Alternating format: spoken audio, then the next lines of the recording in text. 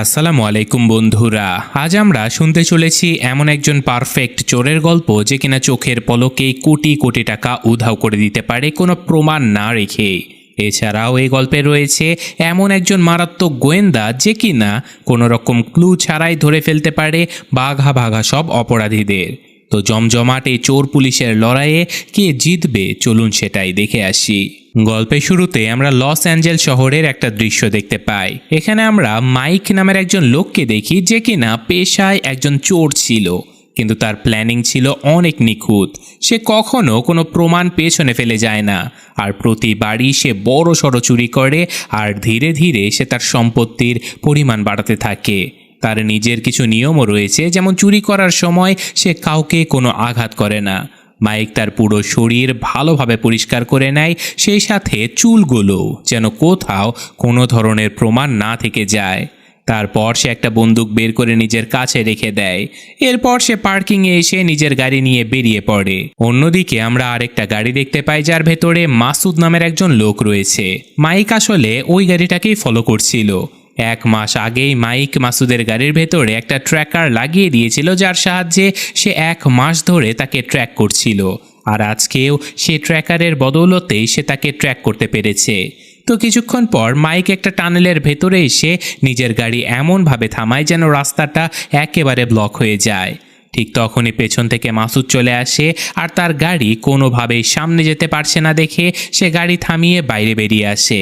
ততক্ষণে মাইক নিজের মুখে মাস্ক পরে নিয়েছে যাতে করে মাসুদ তার চেহারা দেখতে না পায়।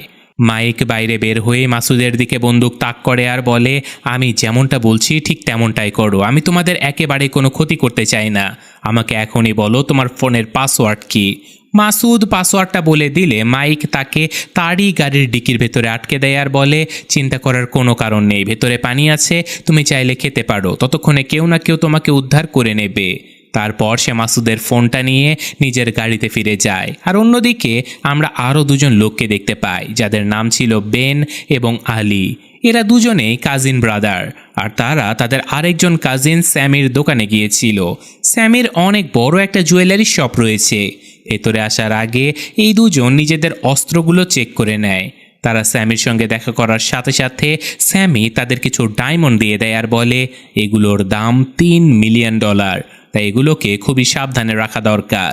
তারা ডায়মন্ডগুলো একটা ব্রিফকেসের ভেতরে রেখে দেয়।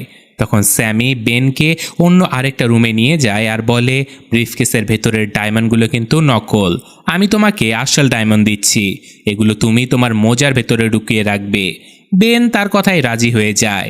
স্যামি বাইরে আসতে আলীর বন্দুকটা দেখে বলে যে এই বন্দুক কোনো কাজে আসবে না, আমি তোমাকে অন্য আরেকটা দিচ্ছি। ঠিক তখনই মাইক মাসুদের ফোন থেকে একটা মেসেজ পাঠিয়ে দেয় যে সে প্রস্তুত। এরপর এরা দুজনেও বাইরে বেরিয়ে আসে, আর তাদের গাড়ি যখন সামনে এগোচ্ছিল তখন মাইকও তাদের পিছু নিয়ে ফেলে। কিছুক্ষণ পর তারা নিজেদের গাড়ি থামায়, আর তখন মাইকও তার গাড়িটা একেবারেই তাদের গাড়ির পাশে এনে দাঁড় করায়। সে তার মুখে মাস্ক পরে আছে। গাড়ির কাঁচ নিচে নামিয়ে সে সরাসরি তাদের দুজনের দিকে বন্দুক তাক করে আর নিজের ফোনে একটা রেকর্ডিং চালু করে। এই রেকর্ডিংয়ে বেনের বাড়ি দেখা যাচ্ছিল। মাইক বেনকে বলে যে তোমার বাড়িতে আমার লোকেরা রয়েছে, আমি যেমনটা বলছি তেমনটাই করো, নইলে তুমি এখানে মরবে আর ওখানে তোমার পুরো পরিবার আমার লোকেদের হাতে মরবে। সবার আগে তোমাদের ফোন আমাকে দিয়ে দাও, আর সেই সাথে বন্দুকগুলো বাইরে ফেলে দাও। তারা ঠিক এমনটাই করে। তখন মাইক বেনকে বলে, এবার তুমি বাইরে আসো। বেন বাইরে আসতে মাইক তাকে জিজ্ঞাসা করে, ডায়মন্ডসগুলো কোথায়? বেন বলে, ব্রিফকেসের ভেতরে। মাইক বলে যে আমাকে বোকা বানিও না, আমি জানি ওগুলো নকল, আসল হীরা কোথায় রেখেছ আমাকে এক্ষুনি জানতে হবে, নইলে আমার এক ইশারাতে তোমার পুরো পরিবার কিন্তু শেষ হয়ে যাবে। তখন বেন ভয় পেয়ে নিজের মোজার ভেতর থেকে হীরাগুলো বের করে মাইককে দিয়ে দেয়। অন্যদিকে আমরা আলীকে দেখতে পাই যে কিনা অন্য বন্দুকটা ততক্ষণে বের করে ফেলেছে। মাইক এসে নিজের গাড়িতে বসার সাথে সাথে আলী তার দিকে বন্দুক তাক করে ধরে, কিন্তু তার হাত কাঁপছিল, সে গুলি চালাতেই পারছিল না। তবে যখন সে বুঝতে পারে যে মাইক এখান থেকে পালিয়ে যাবে, তখন সে সাহস করে ট্রিগারটা চেপে দেয়, আর গুলিটা গিয়ে সোজা মাইকের গাড়ির কাছে লেগে যায়। এখন মাইকও অনেক বেশি ভয় পেয়ে যায়, কারণ গোলাগুলি সে একেবারেই পছন্দ করে না।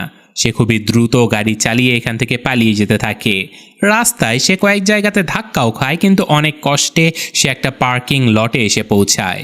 এখানে আসতেই সবার আগে সে এই গাড়ি থেকে বাইরে বেরিয়ে আসে আর গাড়িটাকে একটা কাভার দিয়ে ঢেকে দেয় যাতে কেউ বুঝতে না পারে এটা কোন গাড়ি। পাশেই সে তার অন্য আরেকটা গাড়ি দাঁড় করিয়ে রেখেছিল যেটাতে বসে সে এখান থেকে বেরিয়ে যায়। অন্যদিকে আমরা শ্যারন নামের একজন মেয়েকে দেখতে পাই, সে আবার স্টিফেন নামের অনেক ধনী একজন লোকের বাড়িতে এসেছে। সেই স্টিফেনকে বোঝাচ্ছিল যে তার বাড়িতে যত দামি জিনিসপত্র আছে সেগুলোর ইন্স্যুরেন্স করা দরকার। তখন স্টিফেন একটা বন্দুক বের করে শ্যারনকে বলে, তুমি কি কখনো বন্দুক চালিয়েছো? সে বলে হ্যাঁ। তখন স্টিফেন তাকে বন্দুক দিয়ে নিশানা লাগাতে বলে, কিন্তু শ্যারনের হাত কাঁপছে, সে নিশানা লাগাতে পারে না। এরপর তারা বাইরে এসে বসে আর শ্যারন পলিসির ব্যাপারে সবকিছু তাকে বিস্তারিত বোঝাতে থাকে। তখনই সেখানে আরেকটা মেয়ে আসে। শ্যারন জিজ্ঞাসা করে, ও কি আপনার মেয়ে? এই কথা শুনে স্টিফেন রেগে যায় আর বলে যে ও আমার ফিয়ন্সে। তো এখানকার পরিস্থিতি এখন বেশ থমথমে হয়ে যায়, তাই সবাই এখন একে অপরের সাথে আই কন্ট্যাক্ট এড়িয়ে চলে। তখনই আমরা লু এবং টিলম্যান নামের দুজন ডিটেকটিভকে দেখতে পাই। এরা দুজন বেন আর আলীকে জিজ্ঞাসাবাদ করছে। তো সকল কথা শোনার পরে তাদের এই দুজনের উপরেই সন্দেহ হতে শুরু করে যে চোরের কাছে এত সব তথ্য কিভাবে এলো, নিশ্চয়ই এরাই দিয়েছে। বেন বলে যে দেখুন স্যার, আমি এইসবের সঙ্গে জড়িত নই, আমি কিছুই জানি না। ওর কাছে এইসব তথ্য কোথা থেকে এলো সেটা খুঁজে বের করা এখন আপনাদের কাজ। তো এই দুজন এসে এখন গাড়িতে বসে। লু বলে যে আমি জানি এই চোরকে, আমি অনেক দিন ধরে ওকে ট্র্যাক করছি, ওর কিছু নির্দিষ্ট প্যাটার্ন রয়েছে। ও কখনো কাউকে আঘাত করে না, আর সকল চুরি সে একটা রাস্তাতেই করে, মানে 101 নাম্বার হাইওয়েতে। ওর প্ল্যানিং খুবই নিখুঁত হয়, আর এই জন্যই আমি এত দিনে ওকে ট্র্যাক করতে পারিনি। ও টার্গেট কি করতে যাচ্ছে সেটাও আগে থেকে জানে, আর সেই কারণে সে আগে থেকে সকল জায়গার ক্যামেরাগুলো বন্ধ করে দেয়, যেমন এখানকার ক্যামেরাগুলো সে বন্ধ করে দিয়েছিল। ঠিক তখনই অন্যদিকে আমরা মাইককে দেখতে পাই যে কিনা হীরাটা চুরি করেছিল। সে একটা কফি মগের ভেতরে সেই হিরেগুলোকে রেখে দেয়। তখনই সে খেয়াল করে যে তার কপাল থেকে রক্ত বের হচ্ছে। আসলে যখন গাড়ির কাঁচে গুলি লেগেছিল তখন কাচের একটা টুকরো এসে তার কপালে লেগে যায়। মাইক তখন বুঝতে পারে যে কাচের টুকরো যেহেতু তার কপালে লেগে আছে, তার মানে গাড়ির ভেতরেও রক্তের কিছু ফোঁটা হয়তো পড়ে গেছে, আর সেটাই তার বিরুদ্ধে অনেক বড় প্রমাণ হয়ে দাঁড়াতে পারে। এরপর মাইক চলে যায় মানি নামের একজন লোকের সঙ্গে দেখা করতে, যে কিনা তার জন্য চুরির সকল জিনিসপত্র কিনে দিত। আর এখন তারা পরবর্তী চুরির বিষয়ে যখন কথা বলছিল তখনই মাইক মানিকে সবকিছু খুলে বলে না, তবে মানি বুঝতে পারে যে মাইক হয়তো খুব বড় সড়ো একটা হাত মারতে যাচ্ছে, কিন্তু এখন তার অবস্থা একেবারে আগের মতো ছিল না। তো যাই হোক, সেখান থেকে আসার পরে মাইক একটা মেয়েকে নিজের বাড়িতে ডেকে আনে। এই মেয়েটা একজন প্রস্টিটিউট ছিল, কিন্তু এখানে আমরা দেখতে পাই যে মাইক আসলে কোনো কিছুর জন্যই প্রস্তুত ছিল না। যাই হোক, পরদিন সকালে ঘুম থেকে উঠে মাইক এখন ইন্স্যুরেন্স কোম্পানির সকল কর্মচারীদের তথ্য দেখতে শুরু করে। তখনই তার নজর প্রথমবারের মতো শ্যারনের উপরে পড়ে। অন্যদিকে আমরা শ্যারনকে দেখতে পাই। ইন্স্যুরেন্স কোম্পানির লোকজন তখন একটা মিটিংয়ে বসেছে। সেখানে তারা আলোচনা করছে যে হিরেটা আসলে চুরি হলো কিভাবে, কারণ এখন তাদের ক্লেম পরিশোধ করতে হবে, কারণ ওই হিরের জন্য ইন্স্যুরেন্স করা ছিল। এখানে শ্যারন জানতে পারে যে স্টিফেনের কেসটা এখন অন্য কাউকে দেয়া হয়েছে, যা শুনে সে অনেক বেশি হতাশ হয়ে যায়। এরই মধ্যে স্যামি ডিটেকটিভদের কাছে চলে আসে আর তারা তাকে জিজ্ঞাসাবাদ করে যে তথ্যটা আসলে কিভাবে ফাঁস হলো। তখন স্যামি বলে যে আমি শুধুমাত্র ইমেইলের মাধ্যমে এই ব্যাপারে কথা বলেছিলাম, তার মানে কেউ আমার ইমেইলটাই হ্যাক করেছে। অন্যদিকে আমরা মাইককে দেখতে পাই যে কিনা তার হ্যাকারদের সঙ্গে দেখা করতে আসে। সে তাকে কিছু টাকা দেয় আর বলে যে আমার শ্যারনের সমস্ত তথ্য চাই। তখনই আমরা একজন বাইকারকে দেখতে পাই যে কিনা একটা গাড়ির কাছে এসে তার বাইক থামায় আর গাড়ির ভেতরে গিয়ে বসে। গাড়ির ভেতরে আগে থেকে মানি বসেছিল, আর এখানে যে লোকটা এসেছিল তার নাম হলো অরম্যান। সবাই মনে করে যে এই লোকটা একটু সাইকোপ্যাথ, আর তার পাশাপাশি অনেক বেশি হিংস্রও বটে। মানি তাকে বলে যে হয়তো মাইক অনেক বড় সড়ো কোনো চুরি করতে যাচ্ছে, কিন্তু ওর মাথা এখন আগের মতো একদমই ঠিকভাবে কাজ করছে না, তাই আমি চাই তুমি ওর পিছু নাও আর খোঁজ নাও যে এবার ও কোথায় চুরি করতে যাবে। এরই মধ্যে শ্যারন এসে লুর সঙ্গে দেখা করে আর তাকে বলে যে আমি ইন্স্যুরেন্স কোম্পানি থেকে এসেছি, আমাদের স্যামি আর তার কাজিনদের পলিগ্রাফ টেস্ট করাতে হবে, তারপরে আমরা ইন্স্যুরেন্স ক্লেম পরিশোধ করতে পারবো। আমরা এমন অনেক প্রতারক দেখেছি যারা নিজেরাই চুরি করে আর ইন্স্যুরেন্স কোম্পানির কাছ থেকে টাকাও হাতিয়ে নেয়। এই কথা শোনার সাথে সাথে লু পুলিশ স্টেশনে ফিরে আসে এবং সবাইকে নিয়ে একটা মিটিং ডাকে। সে বলে যে গত 4 বছরে 290টা চুরি হয়েছে, কিন্তু এখন আমি জানি ওই চোরের প্যাটার্নটা আসলে কি। এর মধ্যে মাত্র কয়েকটা এমন চুরি হয়েছে যেখানে একেবারে কোনো মারামারি বা হিংস্রতা হয়নি। আর যখনই তারা এই ফিল্টারটা ব্যবহার করে তখনই বেশিরভাগ চুরির ঘটনা বাদ হয়ে যায় আর মাত্র কয়েকটা চুরি বাকি থাকে। তারপর লু তার পরের কথা বলে যে এই চোর আসলে আগে থেকে সিস্টেম হ্যাক করে ফেলে। ওর কাছে সিসিটিভি ক্যামেরা আর সিসিটিভি সিস্টেমের পুরোপুরি কন্ট্রোল থাকে। যখনই তারা এই ফিল্টারটা ব্যবহার করে তাদের সামনে হাতে গোনা কয়েকটা চুরির ঘটনা আসে, আর এই সবগুলো চুরি হয়েছে 101 নম্বর রোডে। লু বলে যে আমি জানি এই লোকটা ওর পরের চুরি কোথায় করবে, আমাদের শুধুমাত্র ওর ব্যাপারে খোঁজ নিতে হবে যাতে পরের চুরির সময় আমরা ওকে হাতে নাতে ধরতে পারি। কিন্তু তখনই সেখানে লেফটেন্যান্ট চলে আসে আর লুকে বলে, তুমি এইসব করছোটা কি? তুমি যে রবারিগুলোর শর্টলিস্ট করছো তার মধ্যে অনেক কেস আমরা আগে বন্ধ করে দিয়েছি। তুমি যদি আবারও কেসগুলো রিওপেন করো তাহলে এই খবর মিডিয়া পর্যন্ত পৌঁছাবে আর আমাদের অনেক বদনাম হয়ে যাবে। এমনিতে আমাদের ডিপার্টমেন্টের উপরে অনেক বেশি চাপ রয়েছে, তাই আমি তোমাকে কেসগুলো রিওপেন করতে কখনোই দেব না। অন্যদিকে আমরা অরম্যানকে দেখতে পাই যার নজর এমন একজন লোকের উপরে ছিল যার হাতে একটা ব্রিফকেস রয়েছে। লোকটা একটা জুয়েলারি শপের ভেতরে ঢোকার সাথে সাথে অরম্যান এসে তার মাথায় আঘাত করে আর বাকি সবার দিকে বন্দুক তাক করে তাদেরকে মাটিতে শুইয়ে দেয়। সে ওই লোকটাকে মারতে মারতে বলে যে আমার এই ব্রিফকেসটা চাই। তখন বাধ্য হয়ে ওই লোকটাকে ব্রিফকেসের হাতকড়া খুলতে হয়, কিন্তু অরমান দরজার কাছে পৌঁছাতেই তার নজর পড়ে বাকি গয়নাগুলোর উপরে। তখনই সে ফিরে আসে আর একটা মেয়েকে চুল ধরে টেনে কাউন্টারের কাছে নিয়ে যায়। সে তাকে বলে যে এখানে যত গহনা আছে যত দ্রুত সম্ভব ব্যাগে ঢুকিয়ে দাও। গহনা নেবার পরে সে সবাইকে বলে একে অপরের উপরে শুয়ে পড়ো। সে খুব ভালোভাবে জানতো যে সে চলে যাবার পরেও এদের উঠতে অনেক সময় লাগবে যদি এরা একে অপরের উপরে শুয়ে থাকে তবে। কিন্তু দরজার কাছে পৌঁছাতেই সে দেখতে পায় যে দরজাটা লক হয়ে গেছে। তখন সে কর্মচারীদের উপরে চিৎকার করে আর কর্মচারীরা বলে যে তোমাকে ভেতর থেকে বাজার চাপতে হবে। সে কর্মচারীদের দিকে গুলি চালায় আর বলে যে গিয়ে দ্রুত বাজারটা চেপে দাও। সে বাজার চাপার সাথে সাথে অরম্যান সেখান থেকে বেরিয়ে পড়ে। অন্যদিকে আমরা মাইককে দেখতে পাই। আসলে কিছুদিন আগে একটা রোড অ্যাক্সিডেন্টের সময় মাইকের মায়ার সঙ্গে দেখা হয়েছিল। তার কাছে মায়ের ফোন নম্বরও রয়েছে। সে মায়াকে মেসেজ পাঠিয়ে জিজ্ঞাসা করে যে সে ডিনারে আসতে চাইবে কিনা, আর মায়া তার কথাতে রাজিও হয়ে যায়। তো এখন রাতের বেলা তারা দুজনেই একটা ফ্যান্সি রেস্টুরেন্টে গিয়ে দেখা করে। কিন্তু এখানে আসার পরে মায়া একটু অস্বস্তি বোধ করছিল। সে মাইকের দিকে তাকিয়ে বলে যে আমার মনে হয় না আমাদের কথা এগোবে, কারণ আমি এমন রেস্টুরেন্টে আসলে প্রথমবার আসছি। এই কথা শোনার পরে মাইক বলে আমি নিজেও প্রথমবার এসেছি। আমি যখন লোকজনদেরকে জিজ্ঞাসা করেছিলাম তখন জানতে পেরেছিলাম যে এটাই সবথেকে পপুলার রেস্টুরেন্ট, তাই আমার মনে হয়েছিল তোমাকে এখানেই নিয়ে আসা উচিত। কিন্তু আমারও এই জায়গাটা তেমন একটা পছন্দ হয়নি। তারপর তারা দুজনেই বাইরে এসে স্ট্রিট ফুড খায় আর সেখান থেকেই তাদের বন্ডিং ভালো হতে শুরু করে। তো সবশেষে যাবার সময় মায়া বলে যে সে আবারও দেখা করতে চাইবে, আর মাইকের এই কথাটা শুনে খুবই ভালো লাগে। সে সত্যি মায়াকে অনেক পছন্দ করতে শুরু করেছে। অন্যদিকে আমরা লুকে দেখতে পাই যে কিনা তার স্ত্রীর সঙ্গে দেখা করতে গিয়েছে। তার স্ত্রী তাকে বলে যে সে অনেক দিন ধরে তার সঙ্গে প্রতারণা করেছে আর এখন তার ডিভোর্স চাই।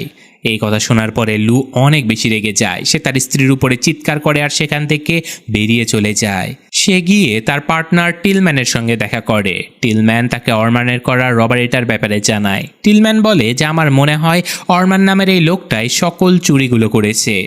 লু বলে যে না, এমনটা নয়, তোমার ধারণায় কোথাও ভুল হচ্ছে, কারণ এটা অন্য একজন চোর। কারণ আমরা যে চোরকে খুঁজছি সে কখনো কাউকে মারে না, ও একদমই কাউকে আঘাত করে না। আর এই রবার তো অনেক বেশি হিংস্র, সে অনেক মানুষকে মেরেছেও। অন্যদিকে মাইকে রবারের ব্যাপারে জানতে পারে। তখন সে সোজা গিয়ে মানির সঙ্গে দেখা করে আর বলে যে এখানে তো আমি রবারি করতে চেয়েছিলাম, এই তথ্য তোমাকে আমি দিয়েছি, তার মানে তুমি ওই ছেলেকে পাঠিয়েছো ওখানে চুরি করতে। তুমি আমার সঙ্গে বেইমানি করেছো মানি। এখন থেকে আর তোমার সঙ্গে আমি কোনো কাজ করব না, আমি সকল কাজ একা করব। তখন মানি রেগে যায় আর বলে যে আমাকে ছাড়া তুমি কিছুই করতে পারবে না। যদি আমি তোমাকে সাহায্য না করি আর তোমার কাছ থেকে জিনিসপত্র না কিনি তাহলে তুমি কোথাও টিকতে পারবে না। কিন্তু মাইক মানির কোনো কথা শোনে না আর এখান থেকে বেরিয়ে যায়। অন্যদিকে আমরা শ্যারনকে দেখতে পাই যে কিনা স্যামির লাই ডিটেক্টর টেস্ট করায়, যাতে করে সে বুঝতে পারে স্যামি নিজে সেই ডায়মন্ডগুলো চুরি করেনি।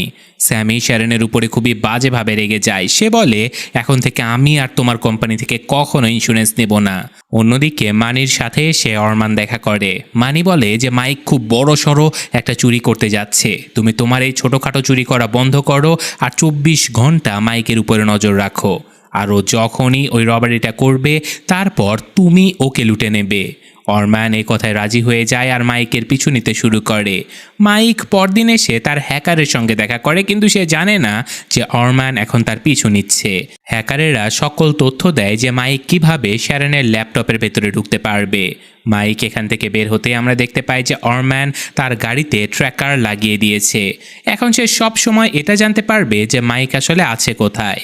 অন্যদিকে মাইক বাড়িতে ফিরেই শ্যারনের উপরে নজরদারি শুরু করে দেয় আর সে জানতে পারে যে পরদিন শ্যারন কোথায় যাবে। তো ফাইনালি এবার তাদের প্রথমবারের মতো দেখা হয়ে যায়। শ্যারন আর মাইক দুজনেই গাড়ি নিয়ে কথা বলতে থাকে। অন্যদিকে আমরা লুকে দেখতে পাই। সে যখন রবারির সকল ফুটেজগুলো দেখে তখন বলে যে এই চোর অনেক বেশি চালাক, ও শুধুমাত্র একটা গাড়ি ব্যবহার করে না, ও যখন রবারি করেছিল তখন গাড়ি চেঞ্জ করেছিল। আশেপাশে যত পার্কিং রয়েছে আমরা সবগুলোতে তল্লাশি চালাবো। তখনই আমরা মায়াকে দেখতে পাই যে কিনা মাইকের বাড়িতে এসেছে। সে দেখতে পায় যে এখানে মাইকের পরিবারের কোনো ছবি নেই। তখন মাইকে গল্প বানায় আর বলে যে আমি সবসময় একাই ছিলাম, এজন্য আমার পরিবারের কোনো ছবি নেই। ধীরে ধীরে দুজন একে অপরের কাছাকাছি চলে আসে, কিন্তু ইন্টিমেট হবার পরে মায়া এখান থেকে চলে যেতে শুরু করে। মাইক তাকে থামার জন্য বলে, কিন্তু সে মাইকের কোনো কথা শোনে না। সে এখান থেকে চলে যাবার পরে মাইক ব্যালকনিতে আসতেই দেখতে পায় যে সামনে একটা ছেলে দাঁড়িয়ে স্মোক করছে, আর এই ছেলেটা অন্য কেউ নয় বরং অরমান ছিল। সে এখান থেকে বের হতেই মাইকের সন্দেহ হয় যে হয়তো কেউ তার উপরে নজরদারি করছে। সে দৌড়ে পার্কিংয়ে চলে আসে আর নিজের গাড়িতে তল্লাশি চালাতে শুরু করে। আর কিছুক্ষণ পর সে ওই ট্র্যাকারটা পেতেই এই জায়গাটা পরিবর্তন করে ফেলে। অন্যদিকে অরমান নিজের কাজে লেগে আছে। সে সোজা হ্যাকারের ঘরে ঢুকে পড়ে আর তারপর হ্যাকারের দিকে বন্দুক তাক করে ধরে বলে, আমাকে বলো তুমি মাইককে কি বলেছো, কি দিয়েছো ওকে। হ্যাকার সকল কথা উগলে দেয়। অন্যদিকে আমরা লুকে দেখতে পাই যে কিনা পার্কিংয়ে পৌঁছে গেছে আর এক সময় সে মাইকের ওই গাড়িটাও পেয়ে যায়। সে চারিদিকে ভাঙা কাচ দেখতে পায় আর সেই সাথে ফরেন্সিক টিমকে সে ডেকে পাঠায়। তখন সে জানতে পারে যে গাড়ির ভেতরে এক ফোঁটা রক্ত রয়েছে আর এই রক্ত হলো মাইকের। অন্যদিকে মাইক একটা আর্ট গ্যালারিতে পৌঁছে গেছে। সে জানতো যে শ্যারন এখানেই আসবে। শ্যারনের সঙ্গে দেখা হতেই সে এমনভাবে রিয়্যাক্ট করে যেন এটা একটা কাকতালীয় ঘটনা। যখন তারা দুজন এইসব ব্যাপারে কথা বলছিল তখন শ্যারন বলে যে আমি মানুষ দেখে তার ব্যাপারে অনেক কিছু বলে দিতে পারি। মাইক বলে যে ঠিক আছে, তাহলে আমার ব্যাপারে কিছু বলো তো। সে বলে যে তোমার কাছে অনেক টাকা আছে আর তোমার ওডিসিও আছে, কিন্তু তোমার কথা শুনে মনে হয় যখন তুমি বড় হচ্ছিলে তখন তোমার কাছে আসলে কোনো টাকা ছিল না। তখন মাইক বলে যে এবার আমার পালা। সে শ্যারনের ব্যাপারে সব কিছু বলে দেয়।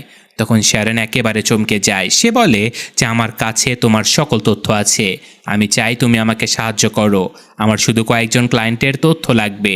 আমি এমন একটা গ্রুপের সঙ্গে যুক্ত আছি যারা রবারি করে, কিন্তু আমি তোমাকে একটা ব্যাপারে কথা দিচ্ছি যে এই রবারিতে কেউ কোনো আঘাত পাবে না আর কেউ ঘুণাক্ষরেও টের পাবে না যে তুমি সাহায্য করেছো। শ্যারন এই কথা শুনে প্রচণ্ড রেগে যায় আর বলে যে আমি এইসব কাজ করি না, আমি পরিশ্রম করে খাই, আমি কোনো অবৈধ কাজের টাকা খাই না।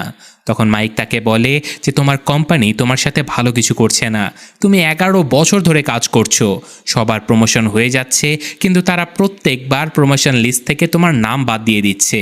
আর আমি তোমাকে আরও একটা কথা বলতে চাই যে তোমার কোম্পানির শেয়ার হোল্ডারদের মধ্যে কেউই কিন্তু ক্লিন নয়, তারা সবাই খারাপ কাজ করে।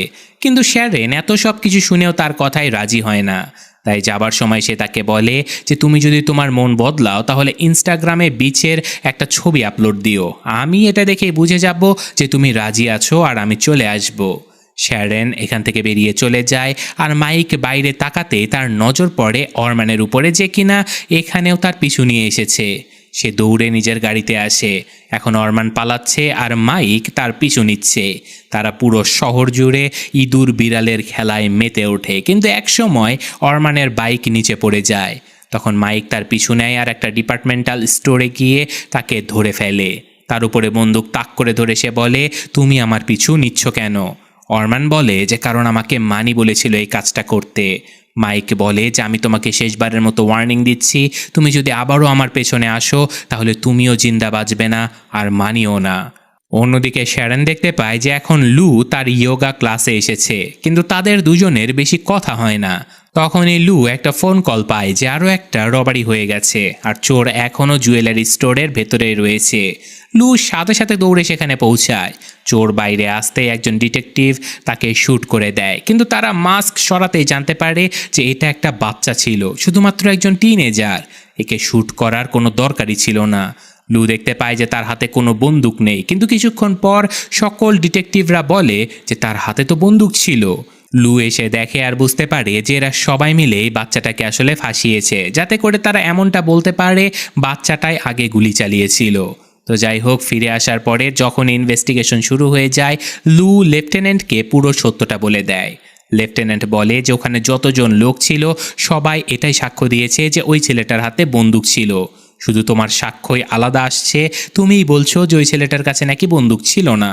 আমরা সবাই ডিটেকটিভ, আমাদের কাজ সত্যটা বের করা, আর এছাড়াও আমাদের একে অপরকে বাঁচানোর জন্য কাজ করতে হয়। হয়তো তুমি প্রথম ব্যাপারটা মনে রাখলেও দ্বিতীয় ব্যাপারটা ঠিকমতো বুঝতে পারছো না।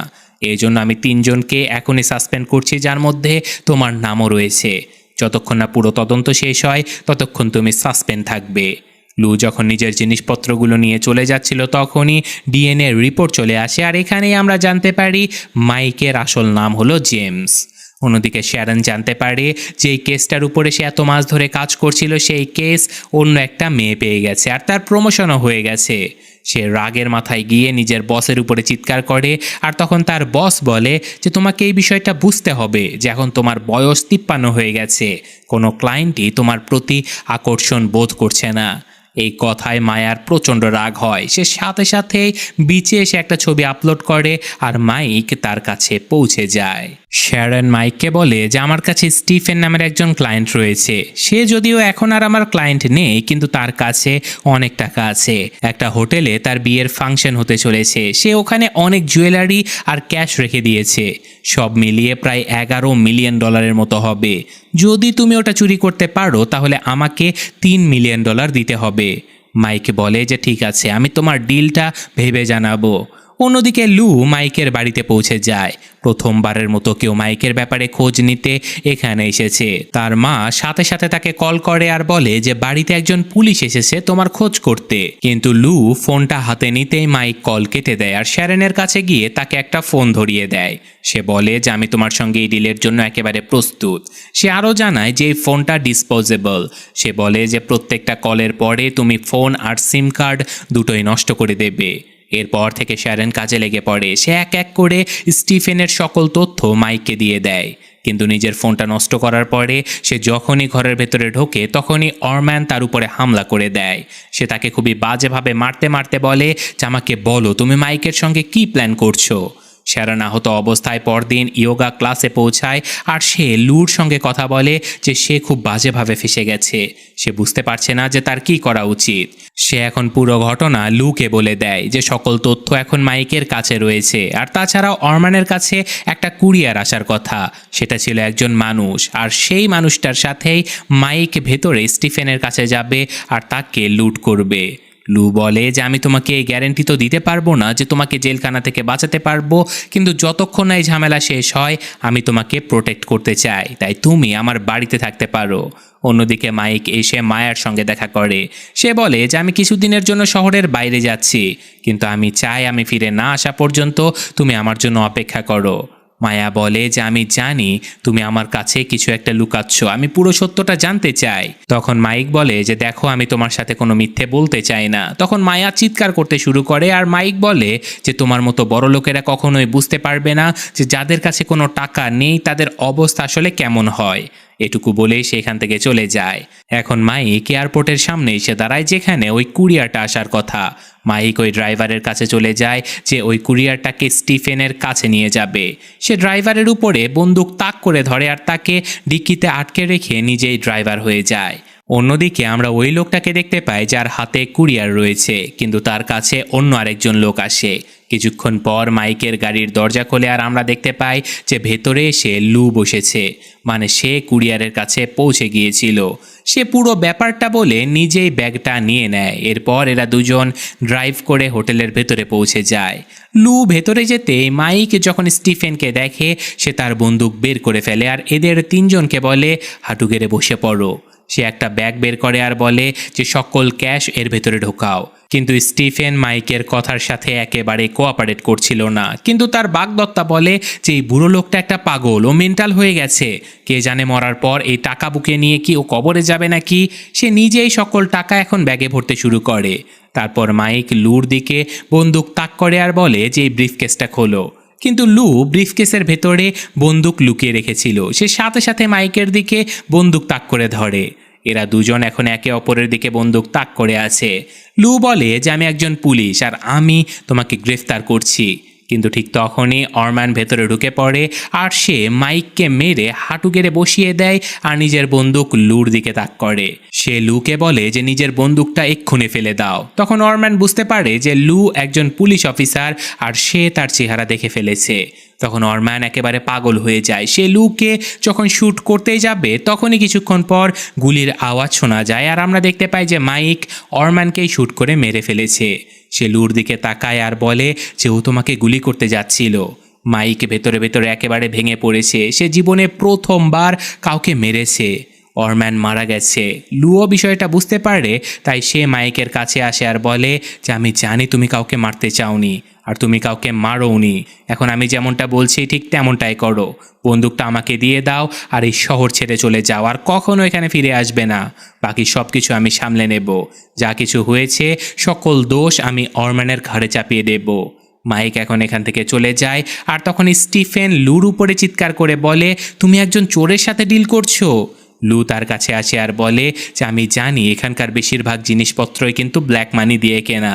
যদি তুমি আমার কথা না শোনো তাহলে আমি এখানে ট্যাক্স ডিপার্টমেন্টকে পাঠিয়ে দেব, যারা তোমার 12টা বাজিয়ে দেবে। এরই মধ্যে স্টিফেনের ফিয়ন্সে তার উপরে চিৎকার করতে শুরু করে। সে বলে যে এই বুড়ো এমনটা কিছুই করবে না, আমি জানি। আমি তোমাকে কথা দিচ্ছি লু, তুমি যেমনটা বলেছো এই বুড়ো তেমনটাই করবে। তখন স্টিফেন তার কথায় রাজি হয়ে যায়। আর লু যখন ফিরে যাচ্ছিল তখনই আমরা দেখতে পাই যে সে স্টিফেনের ডায়মন্ডগুলোর মধ্যে থেকে কিছু ডায়মন্ড চুরি করেছে। সে সোজা শ্যারনের সঙ্গে দেখা করতে পৌঁছায় আর তাকে ডায়মন্ডসগুলো দিয়ে দেয় যাতে করে শ্যারন নতুন জীবন শুরু করতে পারে। সে তার পুরনো কাজে খুবই ব্যস্ত হয়ে পড়ে আর সে শুধুমাত্র টাকার জন্যই মাইককে সাহায্য করার চেষ্টা করেছিল। তো যাই হোক, ডায়মন্ড নেবার পরে শ্যারন লুকে একটা ছবি দেখায়। সে বলে যেটা মাইক আমার কাছে পাঠিয়েছে, সে চায় তুমি এই লোকেশনে যাও। তখন লু বেরিয়ে পড়ে আর কিছুক্ষণ পরে সে একটা পার্কিং এরিয়াতে পৌঁছায় যেখানে একটা অ্যান্টিক কার রাখা রয়েছে। এটা মাইকের সব থেকে পছন্দের গাড়িগুলোর মধ্যে একটা ছিল। মাইক ভেতরে চাবিও রেখে গেছে আর এখন থেকে এই গাড়িটা লুর। লু গাড়িটা ড্রাইভ করে আর অনেক বেশি খুশি হয়ে যায়। অন্যদিকে আমরা মাইককে দেখতে পাই যে কিনা শহরের বাইরে চলে যাচ্ছে। এরই মধ্যে মায়া একটা খাম খুঁজে পায়। সে খামটা খুলতেই ভেতরে মাইকের পরিবারের একটা ছবি দেখতে পায়, যার পেছনে মাইক লিখে রেখেছিল যে সব কিছুর জন্য সে ক্ষমা চাচ্ছে। এখন থেকে মায়া যা কিছু জানতে চাইবে সে সব কিছু বলবে, কিন্তু সে মায়াকে কোনোভাবেই হারাতে চায় না।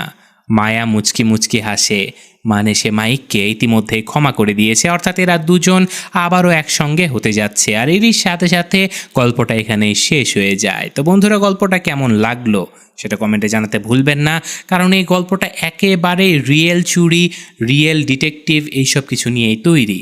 এখানে কোনো অতিরিক্ত নাটকীয়তা নেই, কোনো সুপার হিরো টাইপের চোর নেই, কোনো অসম্ভবকে সম্ভব করার মতো কাজ নেই। একেবারে বাস্তবসম্মত একটা মুভি। আমার কাছে বেশ ভালোই লেগেছে পুরো গল্পটা। বাকিটা আপনাদের মন্তব্য জানাতে ভুলবেন না। আমি আজকের মতো বিদায় নিচ্ছি। আল্লাহ হাফেজ।